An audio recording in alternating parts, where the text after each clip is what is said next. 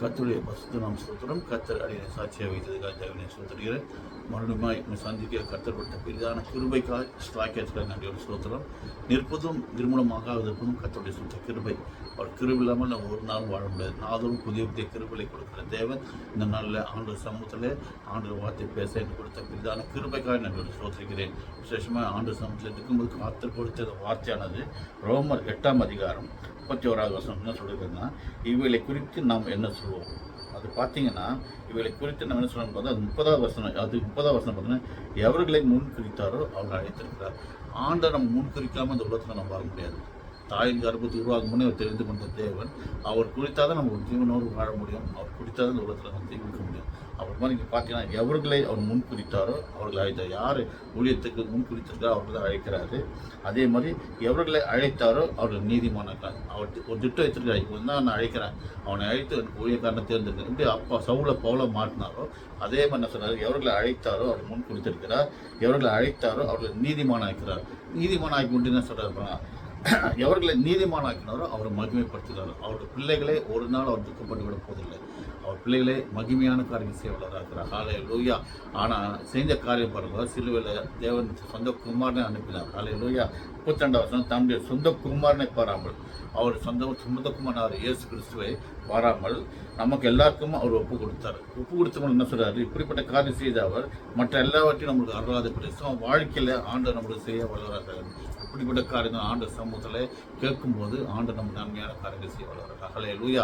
இந்த வேதத்தில் பார்த்தீங்கன்னா, சிலுவையினால் கர்த்தர் நமக்கு தருகிற 5 விதமான ஆசீர்வாதம் என்னன்னு பார்த்தீங்கன்னா, முதலாவது என்ன சொல்றாரு, தேவன் இயேசுவை கொடுத்து அவரோடு கூட நம்மளுக்கு நித்திய ஜீவனை கொடுக்குறாரு. முதல்ல தேவன் இயேசுவை நம்மளுக்கு கொடுக்குறாரு. தேவன் இயேசுவை நம்மளுக்கு கொடுத்து சிலுவையில் கொடுத்து அவரோடு கூட நம்ம என்னென்ன கொடுக்குறாரா, ஜீவனை கொடுக்குறாரா, அவரோடு கூட நம்ம நித்தமும் நடத்துகிறாரா, அவரோடு கூட நம்ம நிரந்தரமாக நடத்தி வருகிறார்.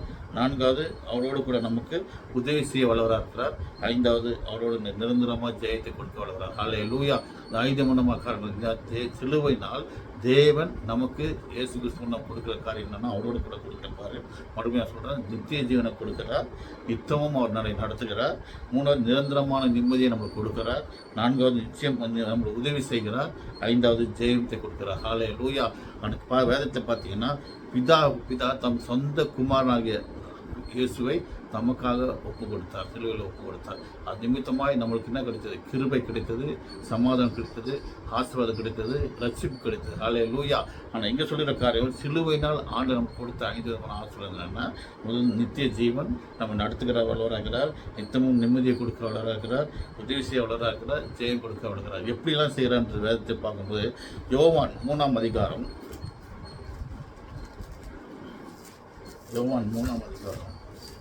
16 வசனம் படிச்சுக்கலாம். யோவான் 3:16 வசனம், தேவன் தம்முடைய ஒரே பிறந்த குமாரனை விசுவாசிக்கிறவனும். ஸோ வேதத்தில் திட்டத்துவம் சொல்லப்படும், அவன் இயேசு கிறிஸ்துவை விசுவாசிக்கிற எவனோ அவன் நித்திய ஜீவனை அடைவான். ஹல்லேலூயா. இந்த உலகத்தை விட்டு போனால் மறுபடியும் வந்த ஜீவனை ஆண்டவன் கொடுத்துருக்கிறான். ஹல்லேலூயா. தேவன் தம்முடைய ஒரே பிறந்த குமாரனை விசுவாசிக்கிற எவனோ அவன் கெட்டுப்போமல், ஆண்டவரை சொந்த ரட்சகரை ஏற்றுக்கொண்ட எவனோ நித்திய ஜீவனை கொடுக்குறாரு. 2வது கெட்டு போகாமல் நித்திய ஜீவனை அடையும்படிக்கு அவனை தந்துள்ளார். தன் குமாரனை தந்துள்ள தேவன். அதை நம்ம விசுவாசிக்கணும். எப்படி விசுவாசிக்கணும்னு சொல்கிறார் பாருங்க. விசுவாசிக்க தந்துடல இவ்வளவா உலகத்தில் அன்புக்கு வந்தார். ஹல்லேலூயா. சொல்ல ஆண்டவர் நம்மளை அன்பு கூட தேவன். ஹல்லேலூயா. அப்போ சொந்த குமாரனை இந்த உலகத்தில் அனுப்பி அவரை விசுவாசிக்கிற எவனோ நித்திய ஜீவனை அடையும்படிக்கு இவ்வளவாய் நம்மளை அன்புக்கு வந்துடுறார். ஸோ நம்ம வாழ்க்கையிலே ஆண்டவர் கொடுக்குற முதல் ஒரு ஆசீர்வாதம்னா நித்திய ஜீவனை கொடுக்குறாரு. அந்த ஜீவன் இப்போ மறைத்தாலும் அவன் பிழைப்பேன் சொல்கிறது போல் ஆண்டவர் நம்ம மறைத்தாலும் நித்திய ஜீவனம் உண்டு. பரலோகத்தின் ராஜ்யம் உண்டு. ஸோ நம்ம பைபிள் நினைச்சால ஆண்டவரை நம்ம ஏற்றுக்கொள்ளும் போது, சிலுவையை குறித்து நம்ம தியானிக்கும் போது அவரோடு நம்ம கொடுக்குற காரியம் முதல் ஒரு ஆசீர்வாதம் நித்திய ஜீவன். அந்த நித்திய ஜீவனை எப்படி சுதந்திரத்துக் கொள்ள முடியும்னு சொல்லி பார்த்தீங்கன்னா, அதே யோவான் 4ஆம் அதிகாரம் 8வது வசனம், 4ஆம் அதிகாரம் 8வது வசனம். அப்போது யோவான் 4ஆம் அதிகாரம் 8வது வசனத்துலேருந்து 16ஆம் வசனமும் 25ஆம் வசனம் 34 வீட்டில் படித்து பார்த்தீங்கன்னா, வேதத்தில் ஆண்டவர் உங்களோடு பேசுவார். வேதத்தில் என்ன சொல்ல பாருங்க, யோவான் 4ஆம் அதிகாரம் 8லேருந்து 16ஆம் வசனம் வரைக்கும் 25ஆம் வசனத்துலேருந்து 34ஆம் வசனம் படித்தீங்கன்னா ஆண்டவர் அங்கே என்ன காரியம் செய்கிறார், தன்னை நித்திய ஜீவன் இப்படிப்பட்ட நித்திய ஜீவனை கொடுக்குறாரு அந்த சமாரிய எஸ்தருக்கு.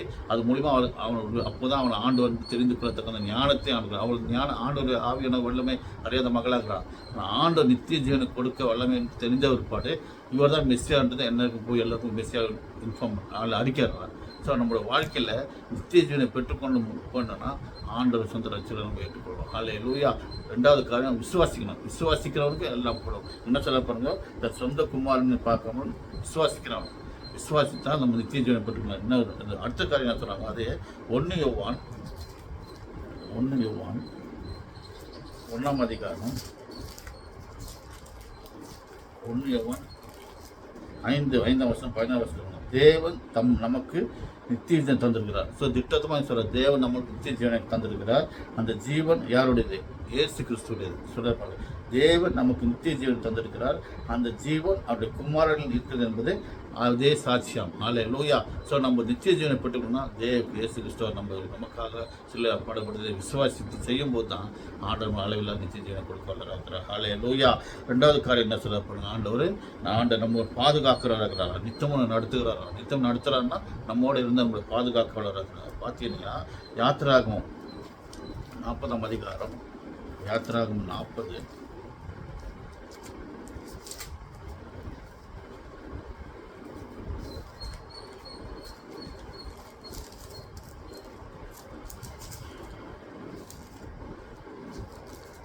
40ஆம் அதிகாரம் 38ஆம் வசனம் பார்த்தீங்கன்னா, இஸ்ரேல் வம்சத்தாரே பண்ணும் எல்லா பிரயாணங்களையும் பாருங்கள்.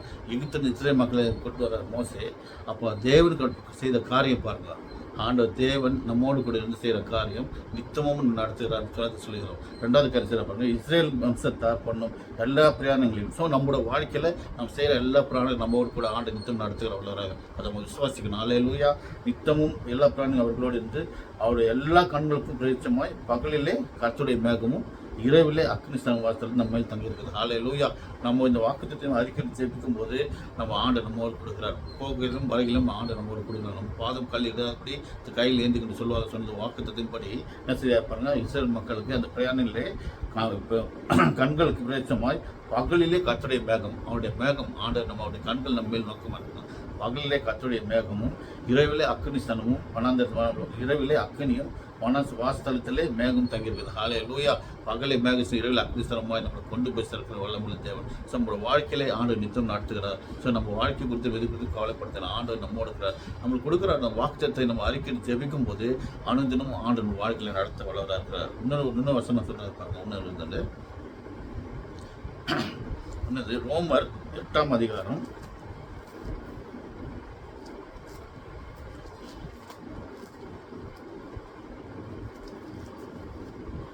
8:28 வசனம் சொல்கிறோம். திட்டமாக அழகாக பேசுகிற ஆண்டவர் ரோமர் அன்றியும் அவருடைய தீர்மானத்தின்படி அழைக்கப்பட்டார்கள். அவருடைய தீர்மானம் இவர் தான் தேர்ந்தெடுக்கிறார், இவர் தான் ஊழியக்காரன் நான் தீர்மானிச்சிட்டாருன்னா அன்றியும் அவருடைய தீர்மானத்தின்படி அழைக்கப்பட்டவர்களால் தேவனுடைய அன்பு கூறவர்களுக்கு அவர் அழைத்தார். நம்ம அவர்கிட்ட அன்பு செலுத்தும் போது செய்கிற காரியம் அன்பு கூறவர்களுக்கு சகலமும் நன்மைக்கு எதுவான காரியங்களா. அல்லேலூயா. எப்படி நன்மையை கொடுத்து நம்மளுக்கு வழி நடத்துகிறாங்க. அல்லேலூயா. நம்ம வாழ்க்கையில் எப்படிப்பட்ட போராட்டங்கள், துன்பங்கள், துயரங்கள், பணப்பிரச்சனை எது இருந்தாலும் ஆண்டு சொல்கிறார் அன்றையும் அவருடைய தீர்மானத்தின் அழைக்கப்படலாம். அவருடைய பிள்ளையார் நம்ம அழைக்கப்பட்ட ஏற்பாடு அவர் கொடுக்குற ஒரு ஆசீர்வாதம் அன்பு குரல் அழைக்கப்பட்டது இல்லாமல் அவருடைய அன்பு கூறணும். அதை விட்டு என்ன அழைச்சான்னு நம்ம பாருங்க. அன்புன்னு கூடணும்னா அவர் உரிமையோடு நம்ம பாராட்டணும். உரிமையோடு நம்ம உள்ளத்தில் ஏற்றுக்கொள்ளணும். செய்யும்போது தான் செய்கிற காரியம் சகலமும் நன்மைக்கு எதுவாக நாங்கள் நடக்கிறோம். எந்த காரியத்திலும் தோல்வியே கிடையாது, வெற்றி தான், ஜெயம் தான். ஸோ என்ன சொல்லப்போனா அன்றியும் அவருடைய தீர்மானத்தின்படி அழைக்கப்பட்டவர்கள் தேவனுடைய அன்பு சகலமும் நன்மைக்கு எதுவாக நடக்கும். அல்லேலூயா. வாழ்க்கையில் ரெண்டாவது காரியம் தேவன் இயேசு நம்மோடு கூட இருக்கும்போது செய்கிற காரியம் முதல் நித்திய ஜீவனை கொடுக்குறாரு. ரெண்டாவது நித்தமும் நம்ம நடக்கிற எப்படி சொல்கிறார், சகல நன்மையும் எதுவாக நம்ம நடத்துகிறாரா. அல்லேலூயா. இன்னும் வசனம் சொல்கிறார் பாருங்க. ஒன்று அதே 8ஆம் அதிகாரம் 14ஆம் வசனம் படித்தீங்கன்னா 14 சொல்ல பாருங்க. மேலும் எவர்களை தேவாவின நடத்தப்படுகிறாரோ, யாருடைய பசுத்தாவின நடத்தப்படுகிறாரோ அவருடைய புத்திரர்கள் அவருடைய வல்லமையை கொடுக்குறாராம். புத்தியாக ஞானமாக நடக்க கொடுக்குறாராம். ரோமர் 8:14 மேலும் எவர்கள் தேவனுடைய ஆவியினாலே நடத்தப்படுகிறார்களோ, பசுத்தாவினால் நடத்தப்படுகிறார்களோ, அவருடைய தேவனுடைய புத்திரராக இருக்கிறார்களாம். ஆண்டோட பிள்ளையாக இருக்கிறார் சொல்றாரு. ஹல்லேலூயா. ஸோ ஆண்டவர் தேவன் இயேசு மூலியமாக நமக்கு கொடுக்குற காரியம் வந்து நித்திய ஜீவன். தேவன் இயேசு கிறிஸ்துவ நமக்கு கொடுக்குற, அவரோட கூட நமக்கு கொடுக்குற காரியம் நித்தம் நடத்துகிறார். மூணாவது காரியம் பார்த்தீங்கன்னா யோவான் 14ஆம் அதிகாரம், யோவான் 14ஆம்